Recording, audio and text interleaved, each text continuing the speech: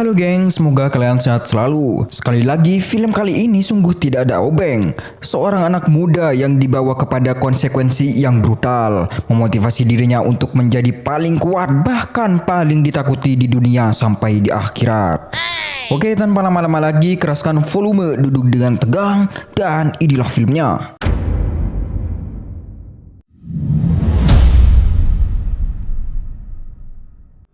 Sebuah mobil tahanan melaju menuju satu penjara di Rusia, mengangkut para pesakitan yang akan menjalani hukumannya. Di antara mereka ada seorang tahanan, sementara kita sebut saja dia si pria dengan nomor tahanan 0864. Dari pertamanya di penjara, dia mendapati intimidasi dari narapidana lainnya. Namun, dengan senang hati dia mengucapkan salam olahraga.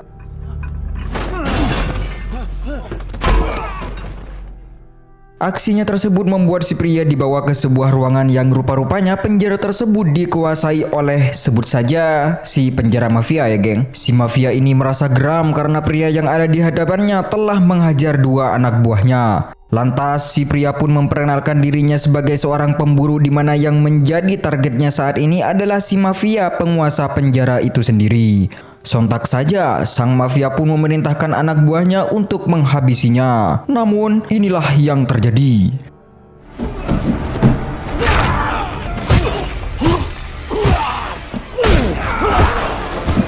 Para sipir penjara pun memergoki aksinya, yang lantas sang pemburu pun melakukan pelarian.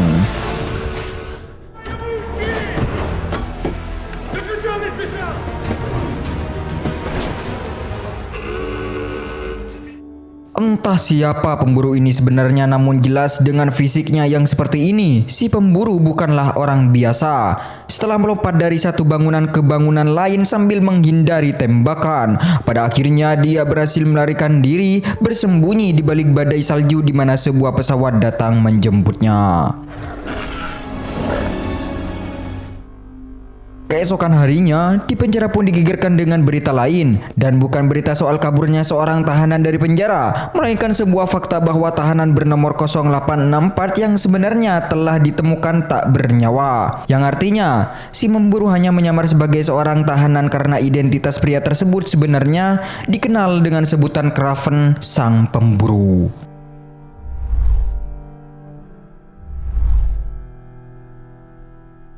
Untuk mengetahui siapa Kraven sebenarnya, maka kita akan dibawa ke masa 16 tahun sebelumnya geng.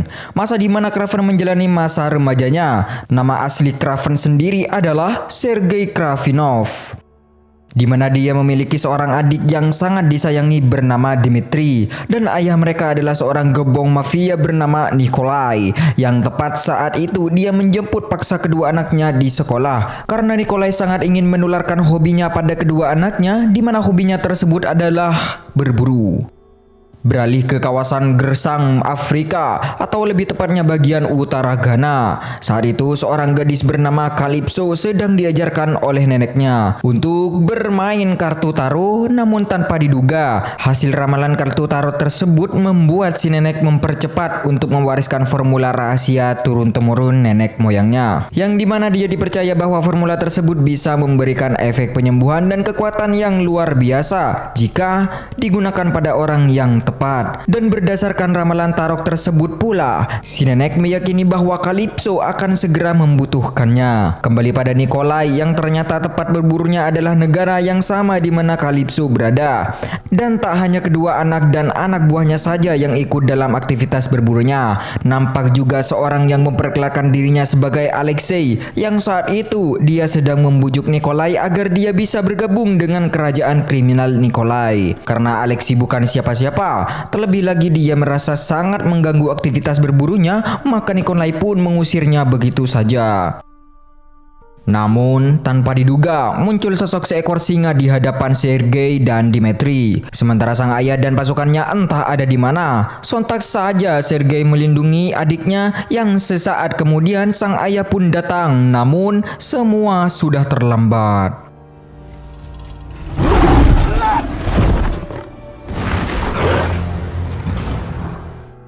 Saat sang singa membawa Sergei ke tempat pertamanya, Calypso pun menyaksikan kejadian tersebut yang entah apa alasannya. Tiba-tiba aja singa kehilangan minat pada mangsanya. Teringat dengan formula penyembuhan yang diwarisi neneknya, melihat kondisi Nikolai, tanpa pikir panjang Calypso pun memberikannya. Saat regu penyelamat datang untuk menyelamatkan Sergei, mereka merasa terlambat. Tak ada harapan bagi Sergei untuk selamat. Namun, benar saja formula yang diberikan Calypso benar-benar membangkitkan Sergei dari kematiannya.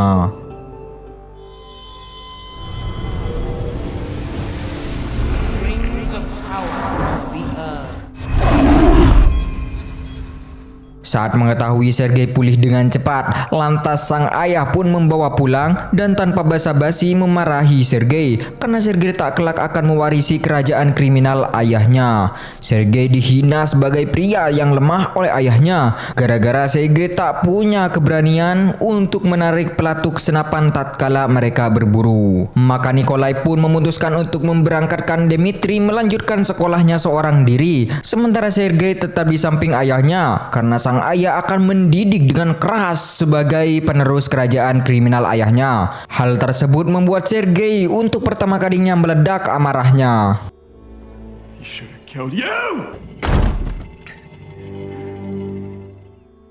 Saat itu juga Sergei diam-diam memutuskan untuk melarikan diri dari rumahnya, muak dengan kekejaman ayahnya.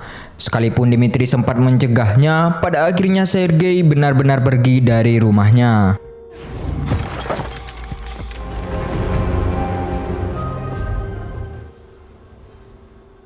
Sepanjang pelariannya, Sergei menyadari pula sejak dia selamat dari ambang kematian, dia memiliki kekuatan yang secepatnya di luar kemampuan manusia pada umumnya, geng. Yang bahkan para pemburu liar pun yang berada di jalur sana bisa terlihat dan terdengar dengan indera yang dimiliki saat ini. Teringat dengan kekejaman sang ayah, tanpa pikir panjang dia pun menghabisi para pemburu liar tersebut.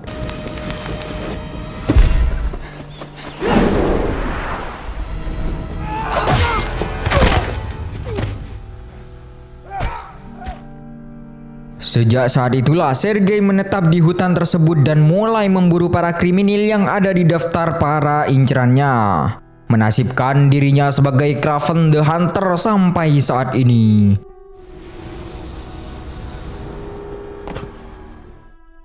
Di masa kini, Kraven sendiri masih menetap di hutan ini. Meski tak pernah menemui adiknya, namun sesekali dia menghubungi Dmitri melalui handphonenya.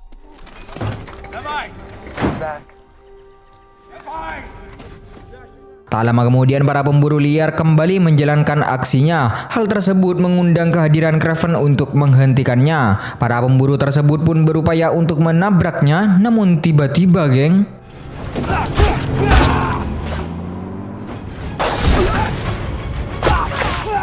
satu mobil pun lolos dari pembantaian. Namun sesekali ada dalam target incaran Kraven, Kraven tak akan pernah melepaskannya. Tepat saat seorang pemburu hendak melaporkan hasil buruan yang pada bosnya, tiba-tiba saja Kraven sudah ada di tempat yang sama. Di laci meja tersebut, Kraven pun menemukan daftar bersisikan pemburu liar. Karena si pemburu yang ada di hadapan Kraven tercantum dalam buku tersebut, tanpa ampun Kraven pun menghabisinya. Found you.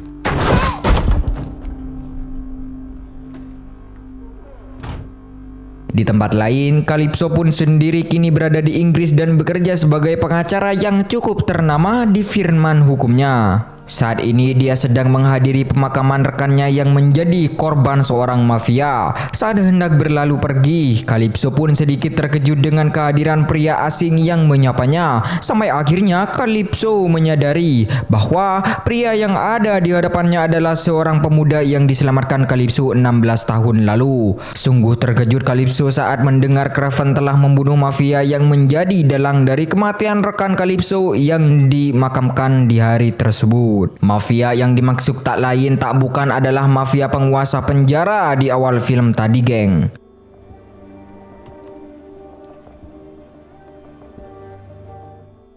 Maksud dari Kraven melakukannya adalah untuk membalas budi para Calypso 16 tahun lalu dan mengetahui bahwa Calypso adalah seorang pengacara. Kraven mengajak Calypso untuk berpartner. Calypso membuat target buruan kriminal yang memanfaatkan jabatannya, sementara Kraven bertugas untuk mengeksekusi para targetnya. Meski para kriminal tersebut memang pantas mendapatkan hukuman, namun sebagai penegak hukum, Calypso tak setuju dengan cara main hakim sendiri seperti ini.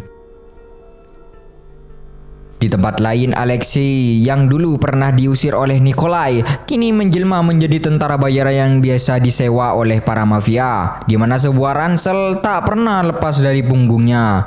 Kabar kematian mafia penguasa penjara pun sampai padanya, yang membuat ingin memburu orang yang telah membunuh si mafia penjara. Saat dia mengetahui bahwa dalang dari kematian si mafia adalah anak dari Nikolai yang dulu pernah mengusirnya, maka dia mulai merancang rencana pembalasan atas apa yang dulu dilakukan Nikolai sekaligus untuk memburu Kraven. Alexei pun mencium sebuah kesempatan atas kematian si mafia penjara, di mana dia bermaksud untuk mengambil alih kekuasaannya beserta sisa anak buah yang ditinggal oleh si mafia penjara. Bertemuan Alexei dan sisa anak buahnya si mafia penjara dan memperkenalkan dirinya sebagai Rino Sibat, dan tanpa basa-basi mengungkapkan keinginannya untuk mengambil alih kekuasaan di hadapan dua pemimpin penerus mafia penjara yang sebut saja dia Didik dan Dodik. Dan bukan tanpa alasan, Alexei sedari tadi membawa ransel yang ternyata ransel tersebut berisi sebuah serum yang jika sampai selang serum tersebut lepas dari tubuhnya, Alexei akan bertransformasi. Inilah mengapa Alexei menyebut dirinya sebagai Rhino, karena saat bertransformasi peluru sekalipun tak akan mampu berserang di tubuhnya.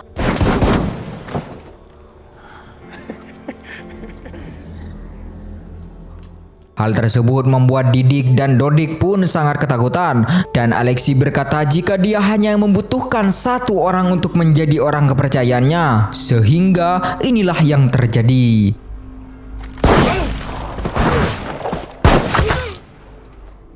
We have a winner.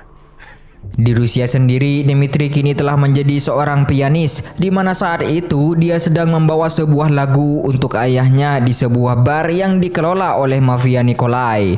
Namun tepat saat itu, Alexei mengirim pasukan pemburuan bayaran untuk menghabisi Nikolai.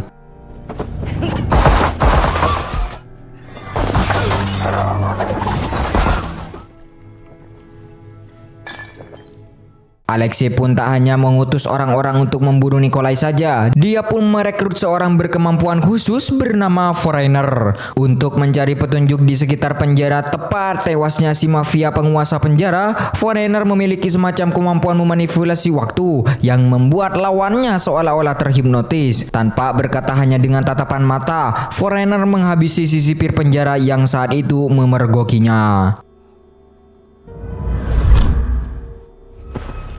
Keesokan paginya saat Kraven kembali ke apartemen sang adik, betapa terkejutnya dia mendapati kamar sang adik sudah dalam keadaan kacau galau. Dengan kemampuannya tak butuh waktu lama bagi dirinya untuk menemukan penculiknya.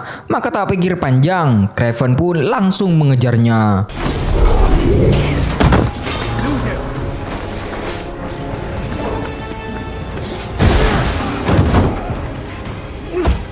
Kraven berhasil meraih mobil si penculik, namun dengan lihai para penculik tersebut menjatuhkan Kraven. Tak kenal lelah, Kraven pun mengejar para penculik tersebut sampai ke sebuah helikopter, meski akhirnya dia harus kehilangan jejak adiknya.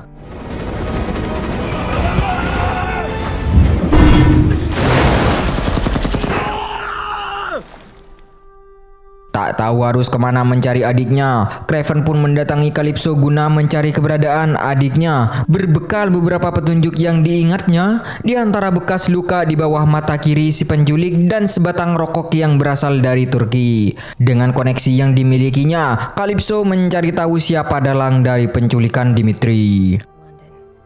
Moon-shaped scar under his left eye. Sambil menunggu informasi dari Calypso, Craven pun pulang ke rumah ayahnya. Siapa tahu sang ayah mengetahui dalam dari penculikan Dimitri. Si ayah menduga bahwa pelakunya adalah mafia saingannya, di mana si penculik mengirim potongan jari Dimitri dan minta uang tebusan sebesar 20 juta. Akan tetapi, Nikolai menolak membayar uang tebusannya. Dan bukan karena uang yang menjadi masalahnya, namun jika Nikolai harus sampai membayarnya, bagi Nikolai, itu sama saja dengan merendahkan harga dirinya sebagai ketua mafia yang telah dia bangun selama ini.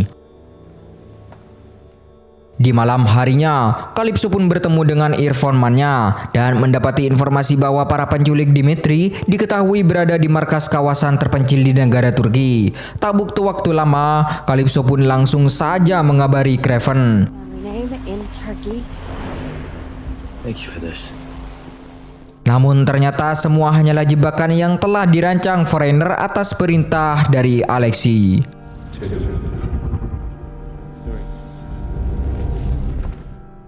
Tak butuh waktu lama bagi Craven untuk berada di markas si penculik. Dengan mudahnya pula, dia menyelinap dengan mengucapkan salam olahraga.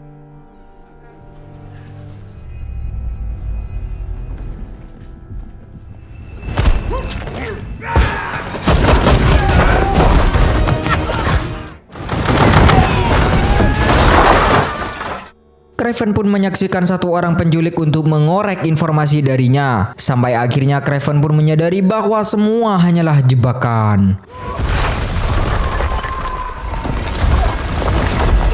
Pada akhirnya Craven pun menghabisi semuanya dan harus pulang dengan tangan hampa.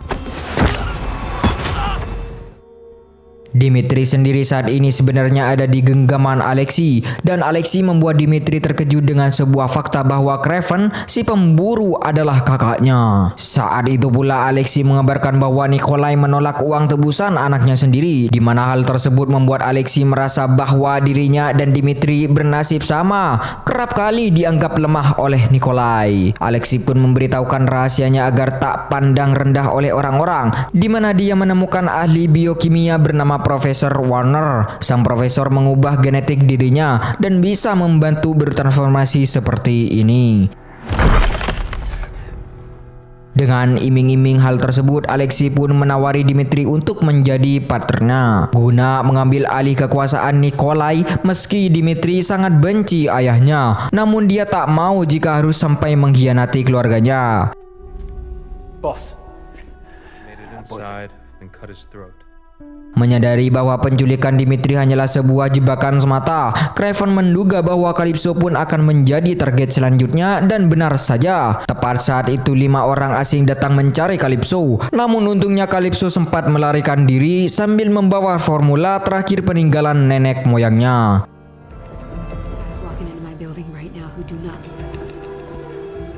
Craven pun membawa Calypso ke tempat persembunyiannya, yang rupa-rupanya selama ini Craven meneliti kandungan formula yang dibuat oleh nenek moyang Calypso. Namun Calypso mencegahnya karena formula tersebut merubah diri Craven menjadi sebuas ini, di mana kekuatan dari formula tersebut hanya akan mengundang sesuatu yang buruk terjadi, seperti penculikan yang saat ini terjadi pada Dimitri. Sekalipun memang benar adanya bahwa formula tersebut pernah menyelamatkan Craven dari kematian di masa lalunya, di tempat lain, Foreigner tanpa diduga menemukan sebuah petunjuk berupa tanaman langka bernama kacang rosario yang hanya berasal dari tempat di mana Alexei selama ini bersembunyi. Foreigner menemukan tanaman tersebut di Turki, di sisa bangunan bekas pertarungan Craven. Mengetahui lokasi Craven, Alexei dan pasukannya segera menuju tempat tersebut. Where is he? Tibalah Alexei di tempat Craven bersembunyi, yang saat itu Alexei sempat menghubungi Craven dan mengajaknya untuk menggabungi mengambil alih kekuasaan Nikolai. Yang tentu saja Craven menutup teleponnya begitu saja. Buntut dari kejadian itu, aksi saling memburu pun terjadi.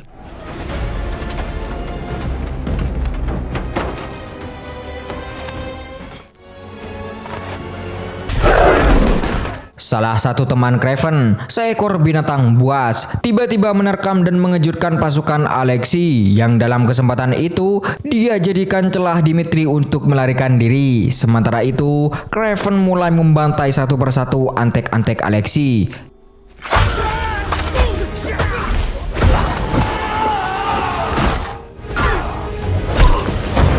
Craven berlari menghindari hujan ledakan yang ditembakkan dari helikopter dan hal tersebut mempermudah Foreigner berhasil untuk menembakkan racun ke tubuh Craven.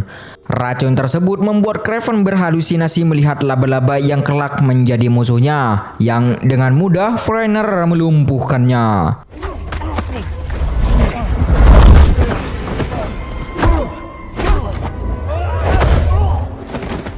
Namun, tiba-tiba Craven's dead. 3, motherfucker. Calypso muncul dan menyerangnya tepat di hatinya. Calypso kemudian memberikan formula terakhir kepada Craven. Untuk kedua kalinya, Craven bangkit dari kematiannya.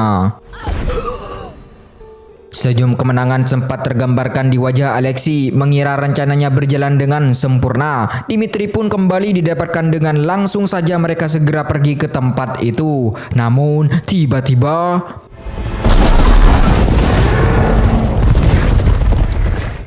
ratusan anak buah Ibu Mega datang. Karena itu, Alexei mengubah dirinya menjadi Rhino sepenuhnya, menasibkan dirinya sebagai Alexei Cap Badak, dan terjadilah.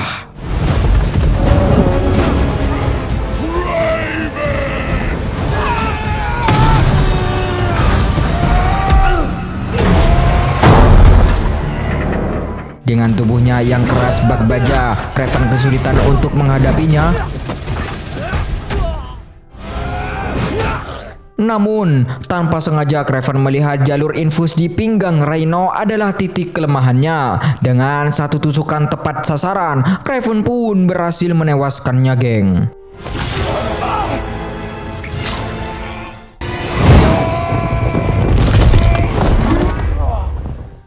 I wish.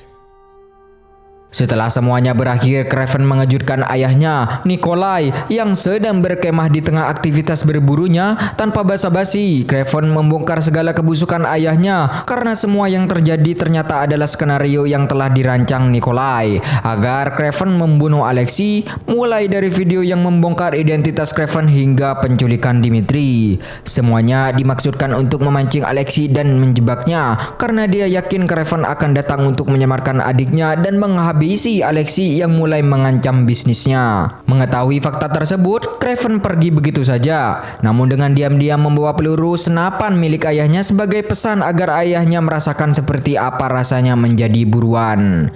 Di penghujung film, Craven bertemu dengan Dimitri untuk menghabisi waktu bersama. Namun, terjadi pertengkaran kecil di antara mereka saat Craven mengetahui bahwa Dimitri melanjutkan kerjaan kriminal ayahnya. Dimitri pergi begitu saja, tetapi saat Craven hendak menghentikannya, Dimitri tiba-tiba berubah menjadi wujud Craven. Rupanya, Dimitri telah menemui Profesor Warner, ilmuwan yang sama yang telah mengubah Alexei. Kini, Dimitri menyebut dirinya sebagai Chamelon atau si Bunglon. Dengan kemampuan untuk meniru wujud siapa saja, Dimitri mengungkapkan rencananya untuk memperkuat kerjaan kriminal ayahnya. Akhirnya selesai juga nih film, geng. Bagaimana? Seru? Jangan lupa di subscribe dan tunggu di film selanjutnya, geng.